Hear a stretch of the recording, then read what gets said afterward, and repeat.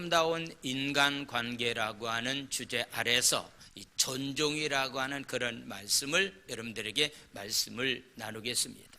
제가 미국에 있으면서 책 한 권을 읽어봤는데요, 그 책에 나와 있는 내용 가운데 한 부분을 여러분들에게 지금 말씀을 드리고 있습니다. 우리가 삶을 살아가는 동안에 인간관계 가운데서 가장 중요한 것이 무엇이냐라고 해서 묻는다고 한다면은 거기에는 여러 가지 질문을 대답을 할 수 있는데 그 가운데 가장 중요한 것이 바로 존중이라고 하는 겁니다. 인간관계를 잘하는 비결이 무엇인가? 상담을 전문하는 전문가들의 상담 전문가들의 이야기를 들어보면은 부부가 관계가 좋은 것은 서로 상대방을 존중하는 데 있다라고서 이렇게 이야기를 하고 있습니다. 상대방을 존중하는 가운데 아름다운 인간관계가 이루어진다라고 하는 그런 말씀. 오래전에 삼성전자에 근무하고 있는 집사님 한 분이 가정이 저에게 등록을 했습니다. 그래서 이렇게 방문을 했는데요, 제가 깜짝 놀란 것은요, 그 집사님의 두 아들이 있는데 그때 이게 초등학교 아마 2, 3학년 정도 다니는 학생인데요, 서로 이렇게 이야기를 하는데 형님 아호, 형님 아호. 깜짝 놀랐습니다. 아니 이거 뭐 주먹석에 있는 사람들도 아니고 어린아이들이요, 그냥 자기 형 보고 형이라고 말하지 않고 형님, 형님, 그 다음에 동생한테 아우 아우 하는 그런 모습을 보고서 아니 어떻게 이런 교육을 시킬까라고 하는 그런 생각을 했습니다. 그분들이 지금도 연락을 계속하고 있습니다. 광주에 가서 장로님이 되어서 거기에서 행복한 가운데서 삶을 살아가고 있는데 그 큰아들은 목회자가 되어서 지금 목회하고 있다라고 하는 그런 이야기를 듣습니다. 좀 이상하게 들릴 수도 있다라고 생각이 되어집니다만은요, 어렸을 때부터 형제 간의 관계 가운데 서로 존칭하고 부부와의 관계 가운데 서로 존중하면서 존칭어를 사용하면서 이 삶을 살아가는 것은요 참 중요하다라고 생각을 해 보게 됩니다.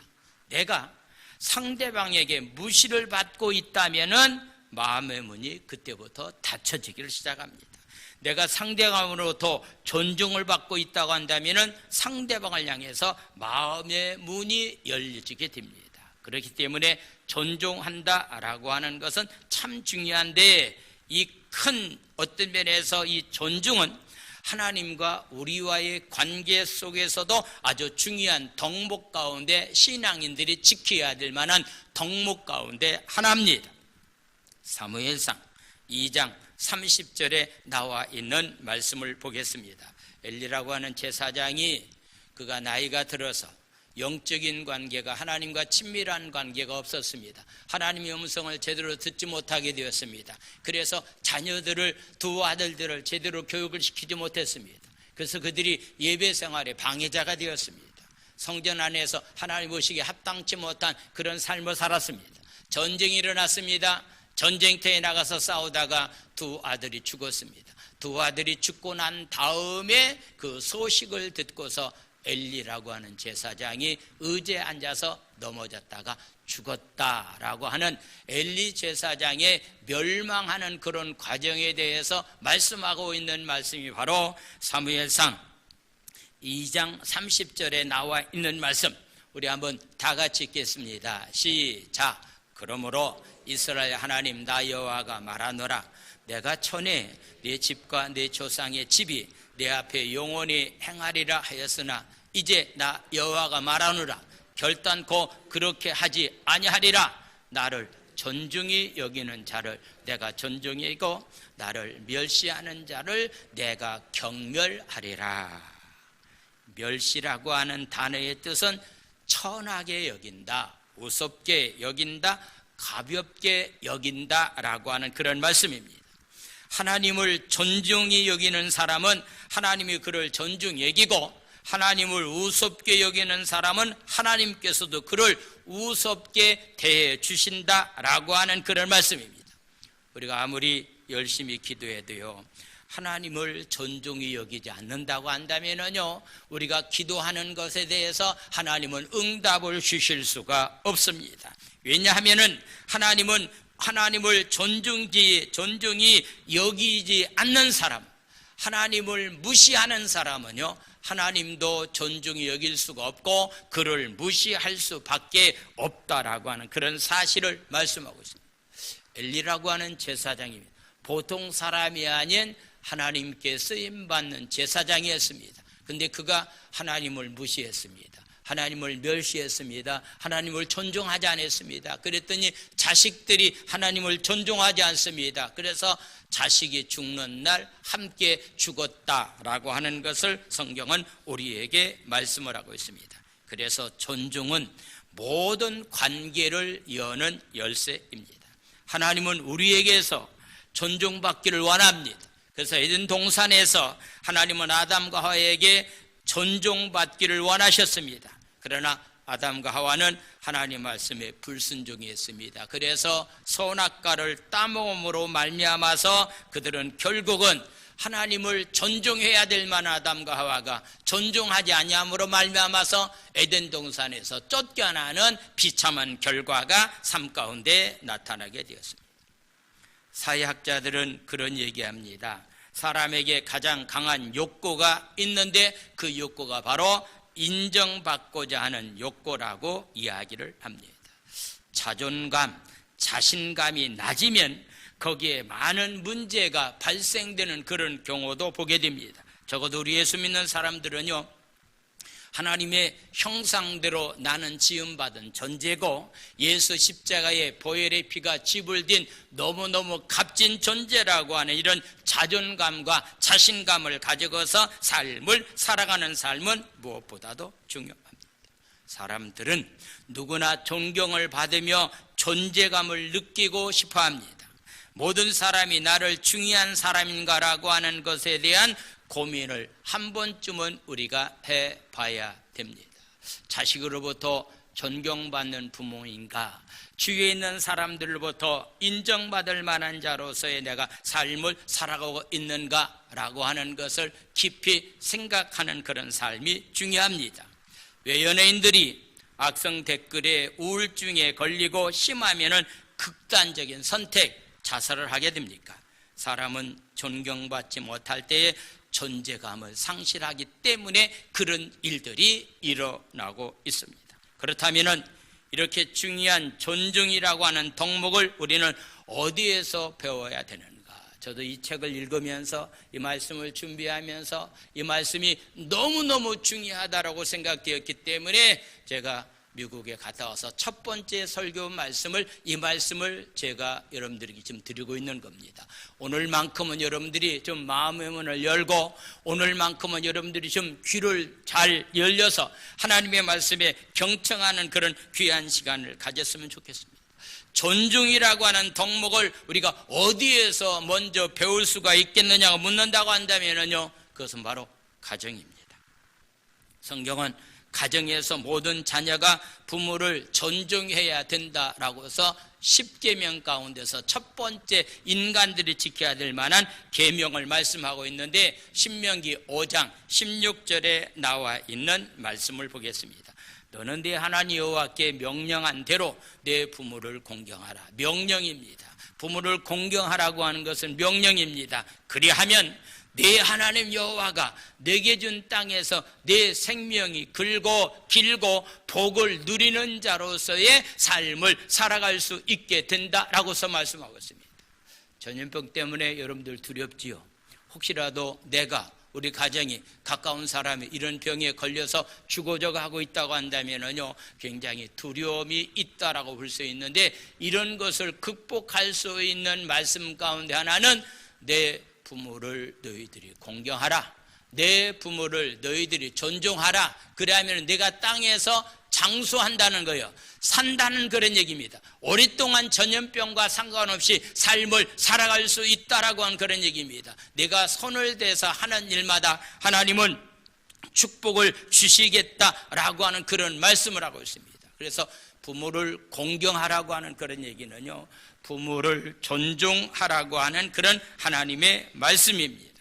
그래서 부모를 존중하라고 하는 것은 어떤 제한이나 권고가 아닌 인간관계 가운데서 가장 중요한 첫 계명에 해당되는 것인데요, 하나님이 우리에게 주신 계명은 지켜도 되고 안 지켜도 되는 것이 아닙니다. 다른 것은 우리가 해도 되고 안 해도 되지만은요, 이 명령만큼은 반드시 우리가 지켜야 될 만한 것들입니다.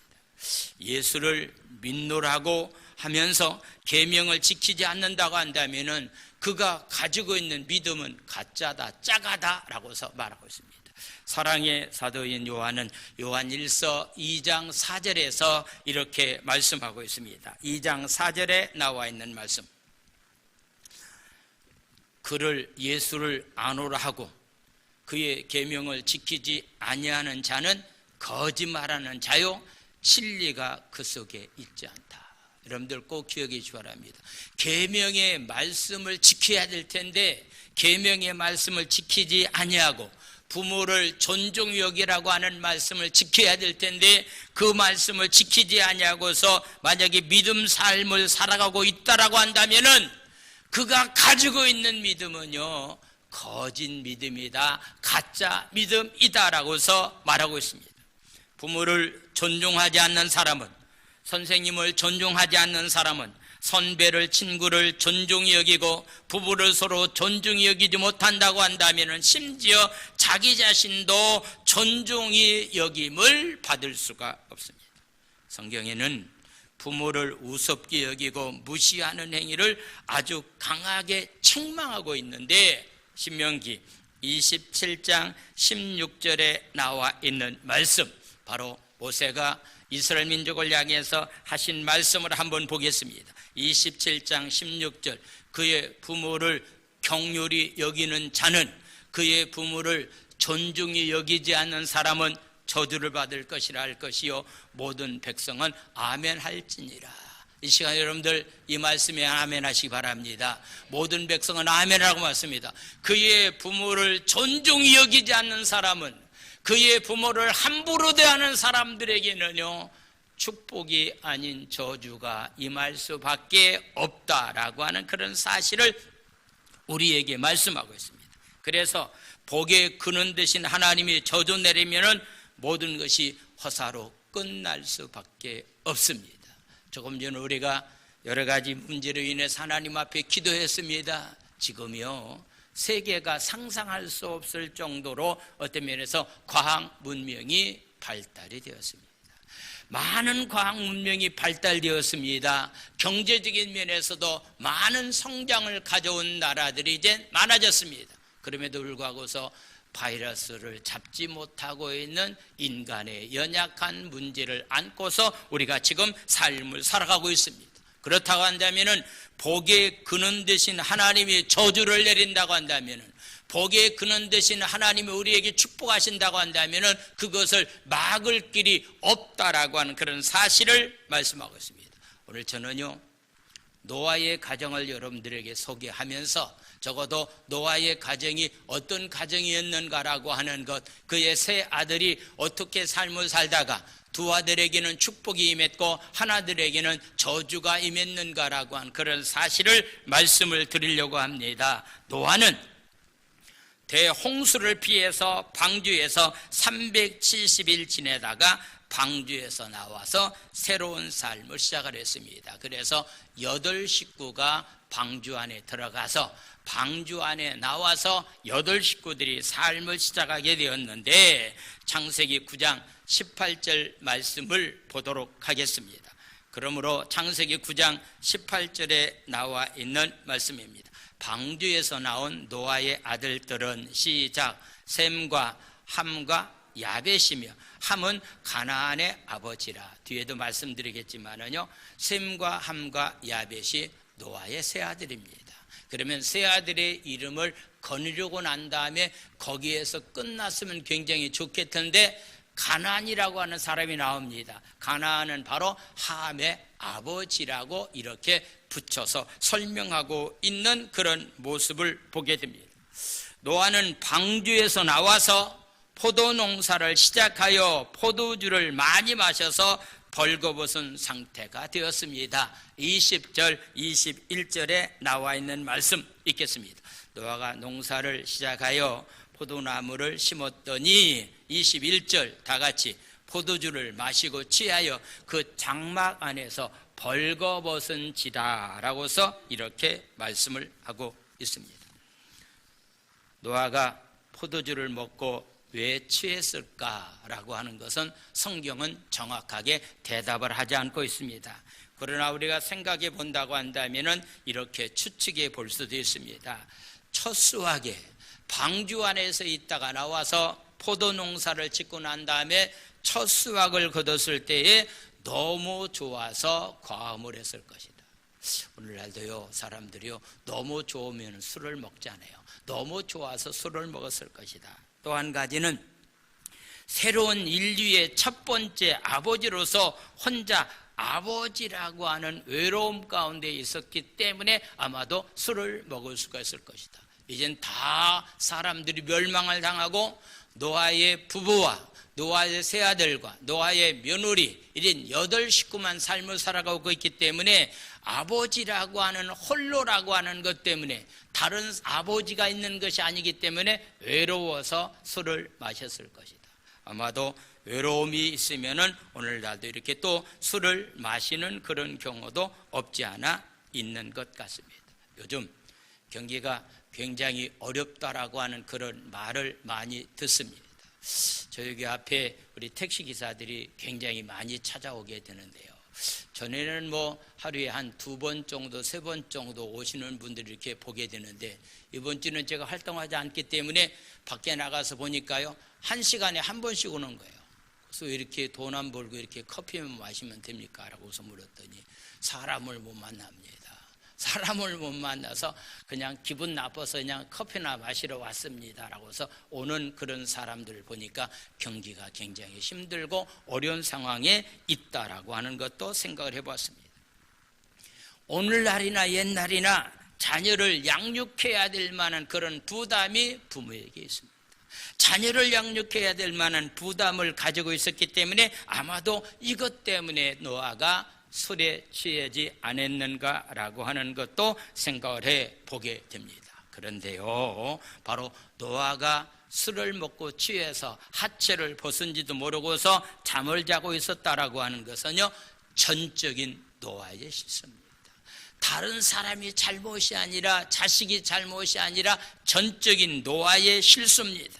이때 둘째 아들 함이 하치를 보고 두 형제에게 이렇게 이야기를 합니다. 22절에 나와 있는 말씀입니다. 가나안의 아버지 함이 그의 아버지 하치를 보고 밖으로 나가서 그의 두 형제에게 알림해. 여기서 봤다라고 하는 그런 얘기는 그냥 잠시 눈으로 보고서 지나쳤다라고 하는 그런 얘기가 아니라 자세히 보고 주목했다. 그 광경을 보고 계속 즐겼다라고 하는 의미를 가지고 있는 것이 바로 본다라고 하는 의미의 뜻입니다. 부모에 대한 존경심이 없었습니다. 여기서 함을 소개할 때 가나안의 아버지라고 말하고 있음에 우리는 주목해야 됩니다. 다음으로 함은 아버지의 실수를 형과 동생에게 떠벌렸습니다. 함은 아버지의 권위에 대해서 조금 더 생각지 않고 고발의 쾌감을 즐겼습니다. 남들의 실수를 떠들고 다니는 것은 큰 죄입니다. 남의 실수를 고발하는 것이 바로 사단이 하는 일이다라고 하는 것을 우리는 생각해 봐야 됩니다. 예수님은 우리의 실수와 죄를 가리는 정도가 아니라 그 죄를 십자가상에서 죽으셨고 우리의 모든 죄를 십자가의 보혈의 피로 덮어주셨습니다. 남의 실수를 곳곳에 옮기고 즐기고 있다면 그것은 바로 사단을 담는 자의 모습을 하고 있다라고 말할 수가 있습니다. 그런데 여기서 눈여겨볼 만한 것은 함의 보고가 사실이라고 하는 그런 얘기입니다. 함의 보고가 지어낸 얘기가 아니라고 하는 얘기입니다. 아버지가 술에 취해서 벌거벗었다라고 하는 것은 사실이라고 하는 점입니다. 함은 자신이 본 그대로 사실을 말했습니다. 현대 신앙인들은요, 옳은 일에 목숨을 겁니다. 그러나 옳은 것보다 더 중요한 것이 있다고 한다면 성경에서 말하고 있는 그것이 바로 존경과 사랑입니다. 사랑 없이 진실만을 강조하면 수많은 사람들이 다치게 되는 그런 경우를 우리는 볼 수 있습니다. 다른 사람들의 실수를 지적하려면은 공격의 무기로 사용하지 말고 사랑하는 마음이 생길 때까지 그를 위해서 기도하다가 기도하는 마음을 가지고 잘못된 점을 이야기하는 것은 괜찮습니다.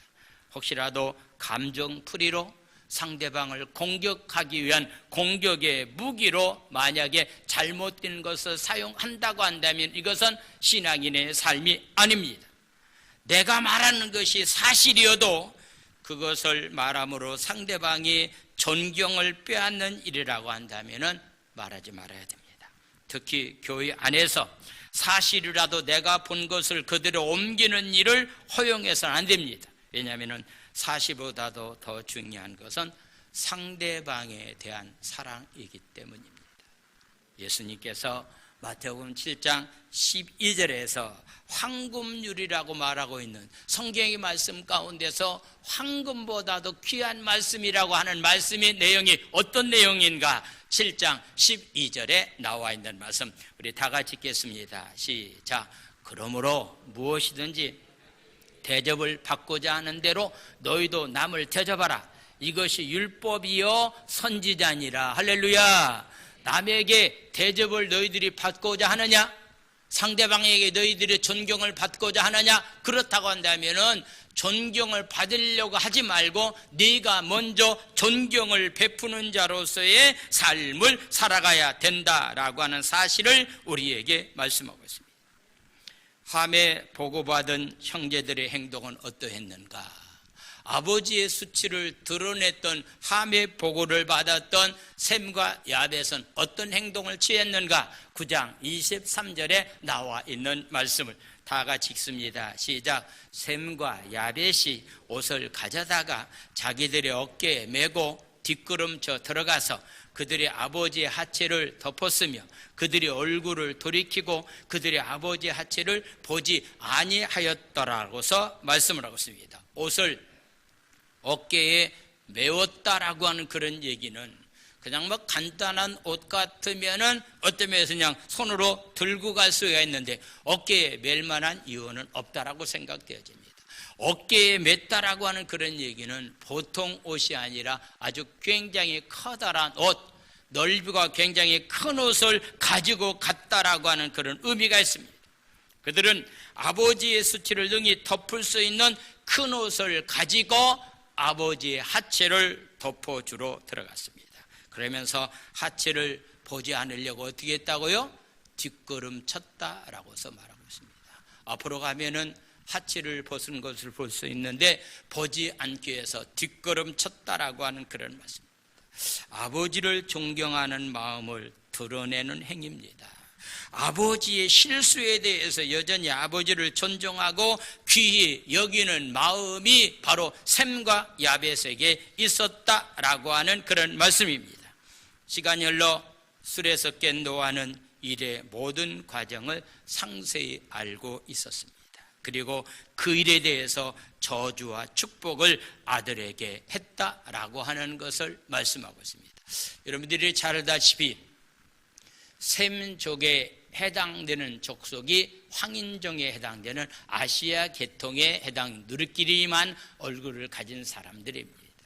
함족에 해당되는 사람들이 아프리카 지역에 있는 검은 사람들입니다.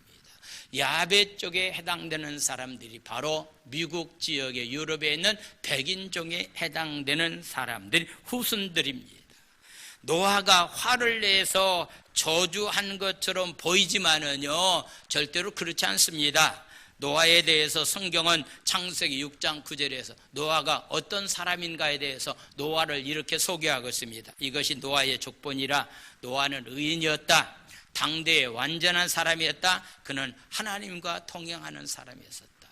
하나님과 동행하고 완전한 사람이었고 노아는 그 당시에 의인이었기 때문에 이런 심정을 가지고 이런 성품을 가지고 있는 노아가 자기 자식들에게 저주해야 될 만한 그런 존재는 아니었다라고 하는 것을 보게 됩니다. 그런데 하나님께서 저주하셨다라고 하는 것을 보게 됩니다. 함에게 저주했습니다. 어떤 저주가 그에게 임했는가라고 하는 것을 보게 됩니다. 9장 25절에 나와 있는 말씀입니다. 이에 이르되 가나안이 누구라고 그랬죠? 가나안이 함의 아버지라고 말하고 있습니다. 아들이라고 말하고 있습니다. 저주를 받아 그의 형제의 종들의 종이 되기를 원한다. 그러니까 이렇게 검은 사람들은 종으로서 노예로서 평생토록 삶을 살아갈 수밖에 없다라고서 이야기하고 있습니다. 제가 미국을 여러 번 가보면서 이번에 가보니까요, 특별히 백인들만이 사는 마을이 있습니다. 백인들만이 사는 마을에는요, 그냥 검은 사람들이 그 안에 들어와서 삶을 살아갈 수 없는 그런 마을들이 지금도 많이 있는 그런 모습을 보게 됩니다. 아마도 노예로서의 삶을 살았던 그런 모습들이 미국 전체에 가면은 노예 시장들이 열리고 있는 그런 시장들을 지금도 목격할 수가 있는 것을 보게 됩니다. 그래서 아프리카 지역에 살고 있는 검은 사람들을 노동력이 약한 미국 사람들이 들어와서 노예로 그들을 시켰던 것을 보게 되는데, 바로 그 당시에 함이 바로 저주를 받아서 그의 후손들이 그렇게 되었다라고 하는 것에 대해서 볼 수가 있습니다. 저주는 한 번으로 끝나면 족합니다. 근데 그 저주가요, 대물림을 당한다라고 생각된다고 한다면 이건 아니잖아요. 오늘 저는 여러분들에게 좀 간절히 이 말씀을 꼭 드리고 싶습니다. 아버지로부터 내려온 저주가 내 대에서 끝나야 될 텐데 내 대에서 끝나지 아니하고 계속해서 그 저주가 흘러간다고 한다면 이것처럼 비참한 일이 어디 있겠는가라고 하는 그런 말씀입니다. 창세기 11장에 나와 있는 바벨탑 사건의 주인공들이 바로 가나안의 후손들이 바로 그 주인공들입니다.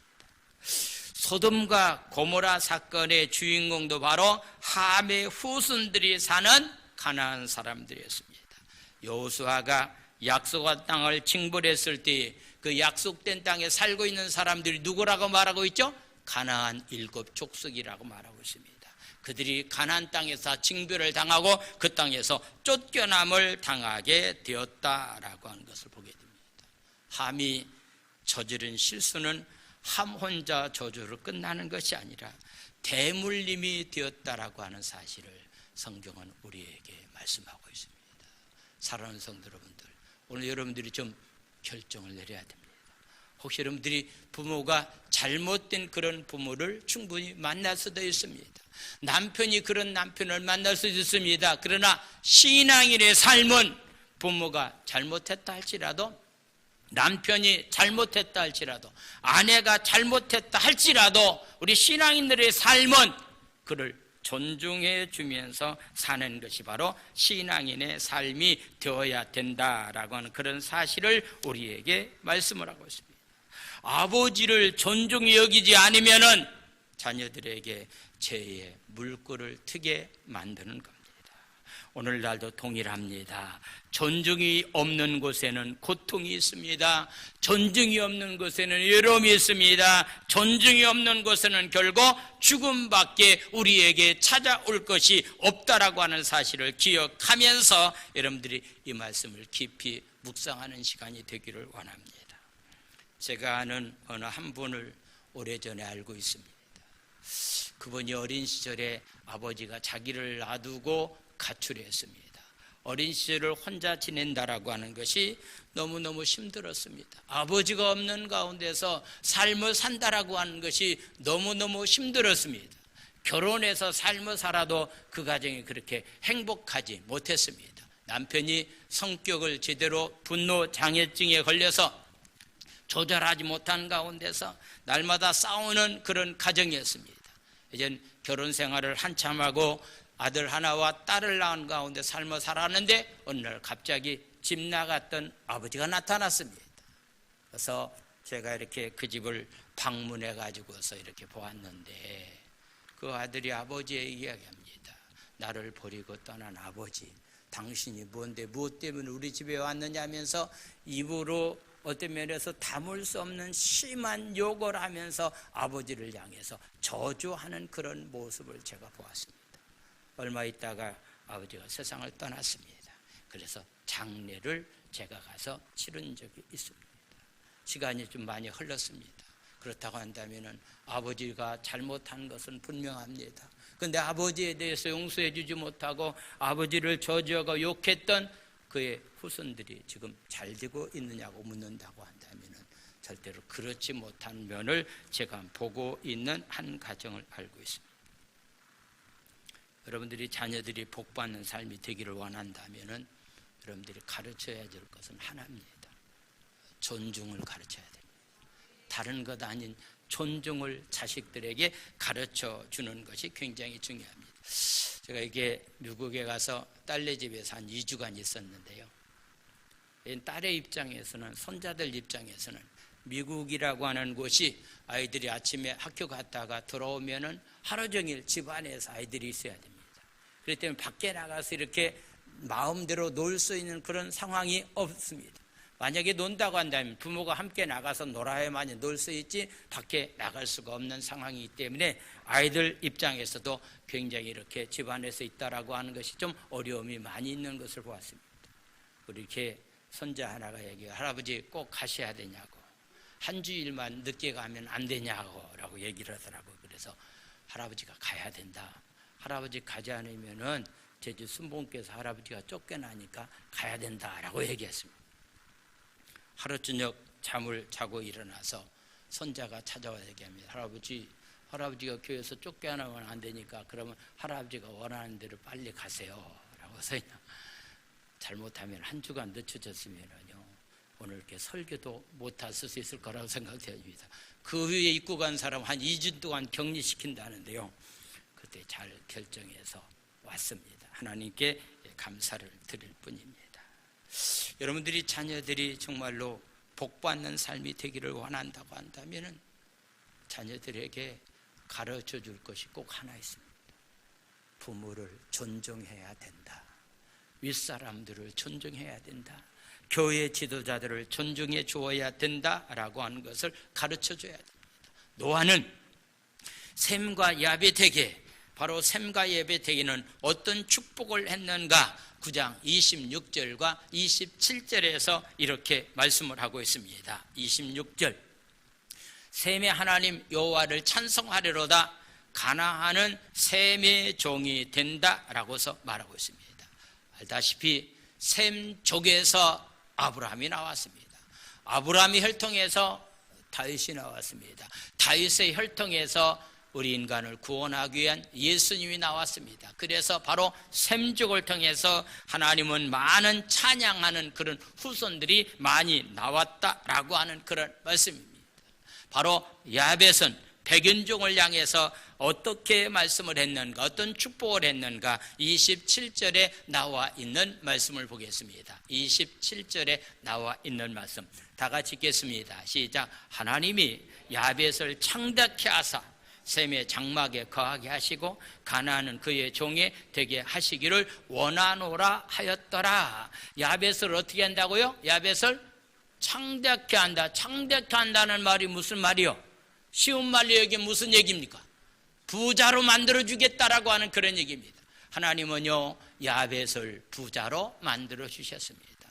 미국을 갈 때마다 제가 느낀 점이 하나 있다고 한다면 미국은 참 복받은 나라다. 복받은 나라다. 축복받은 땅이다.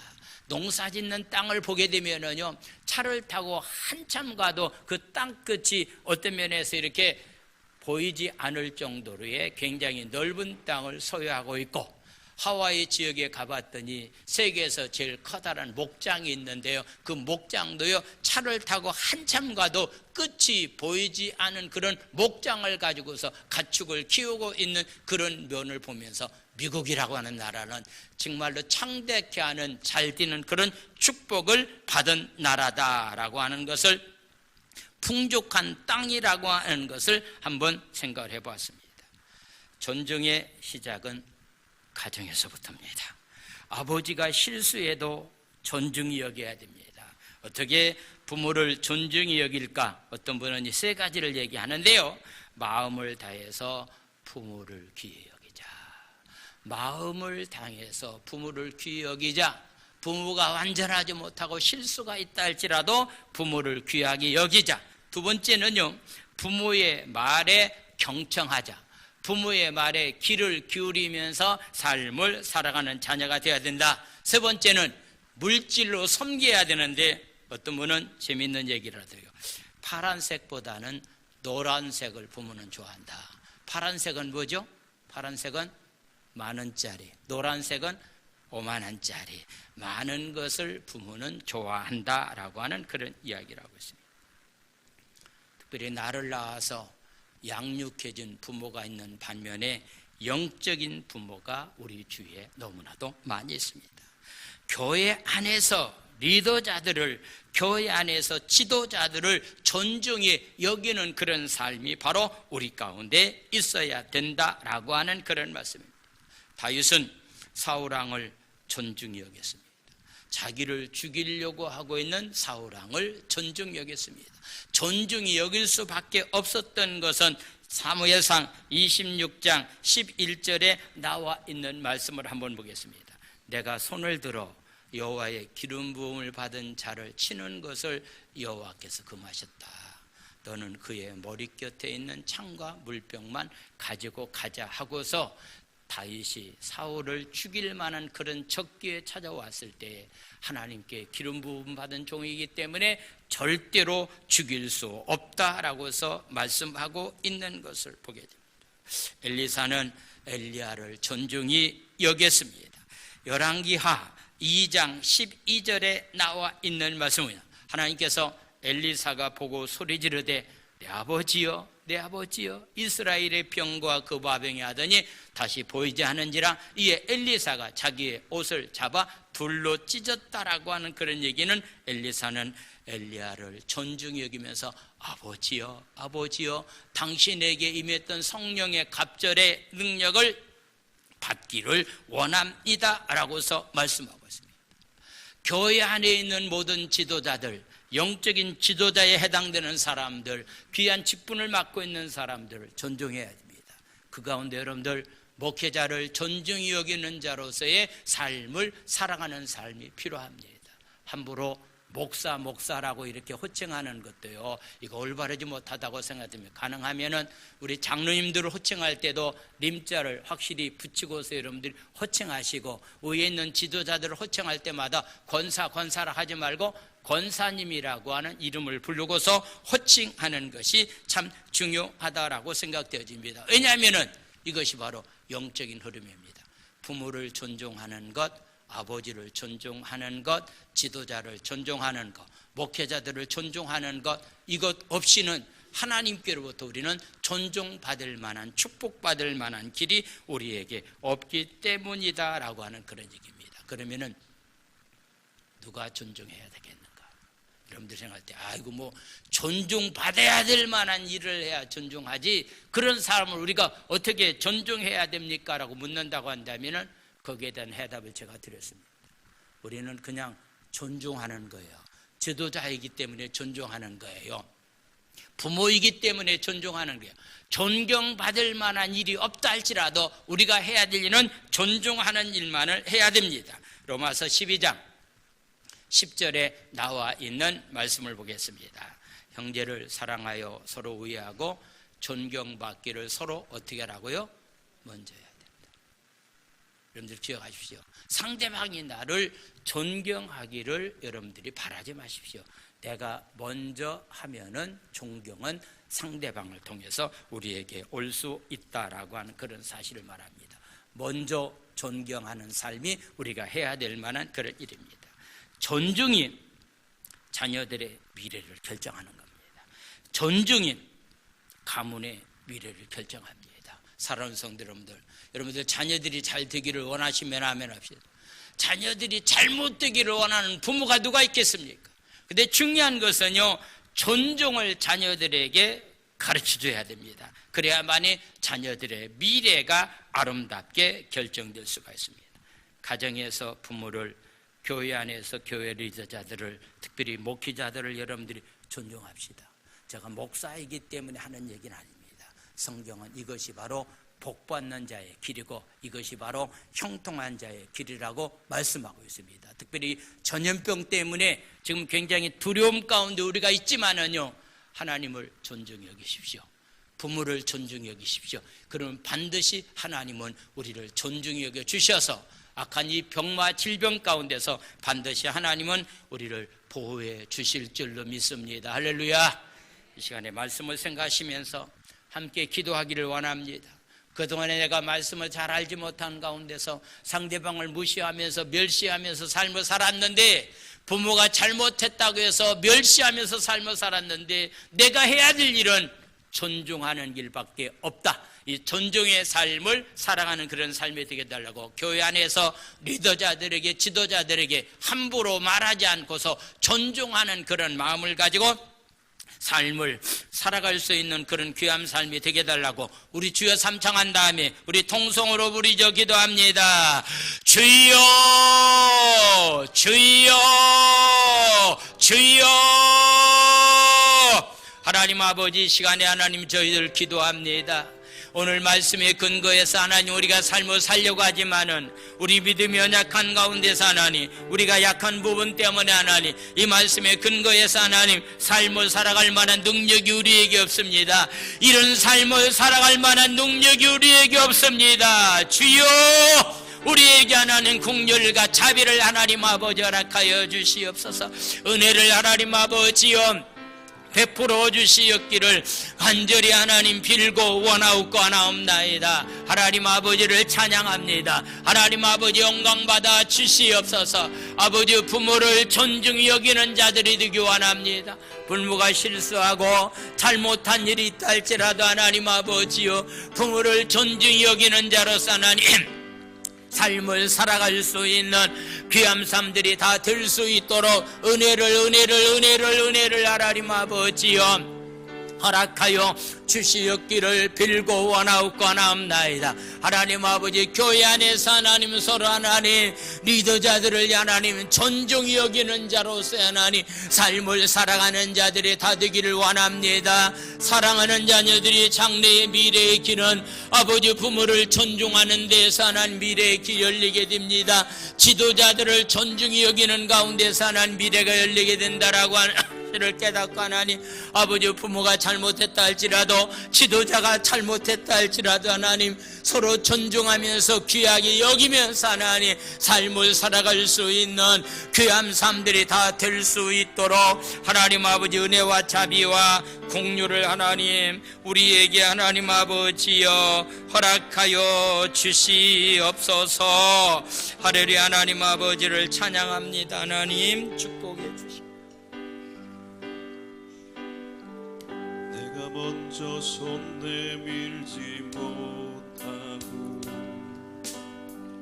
내가 먼저 용서하지 못하고,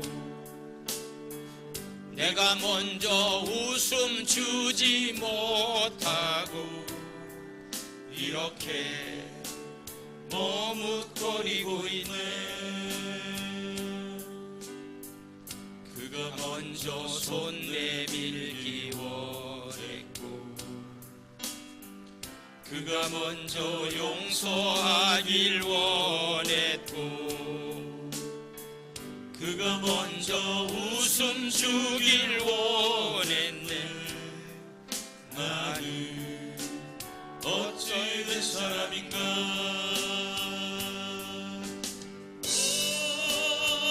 안교한 나의 입술이여, 오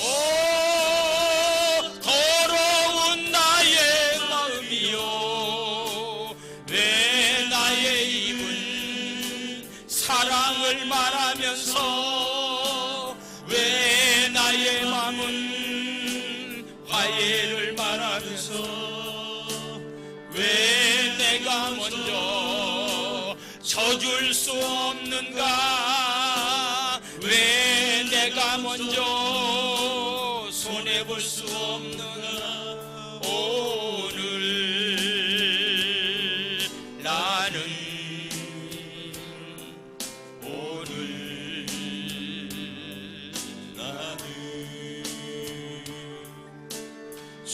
주님 앞에서 몸둘 바 모르고 이렇게 흐느끼며 서 있네. 어찌할 수 없는 이 마음을 주님께 맡긴 채로 내가 먼저 섬겨주지 못하고 내가 먼저 섬겨주지 못하고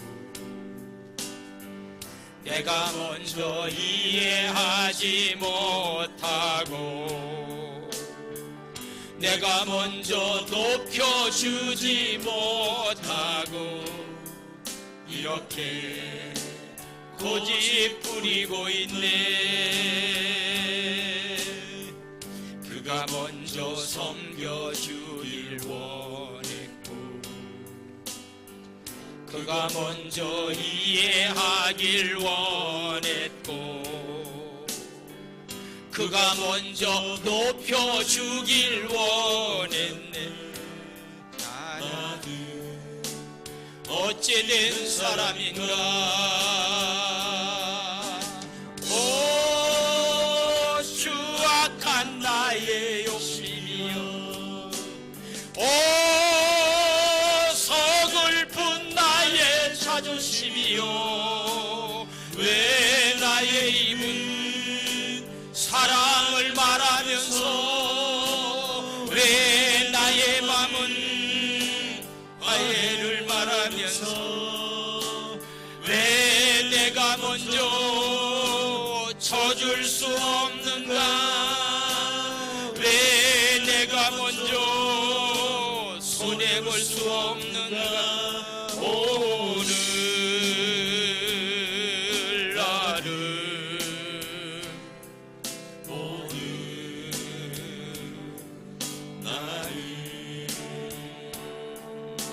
주님 앞에서 몸둘 바 모르고 이렇게 흐느끼며 서 있네. 어찌할 수 없는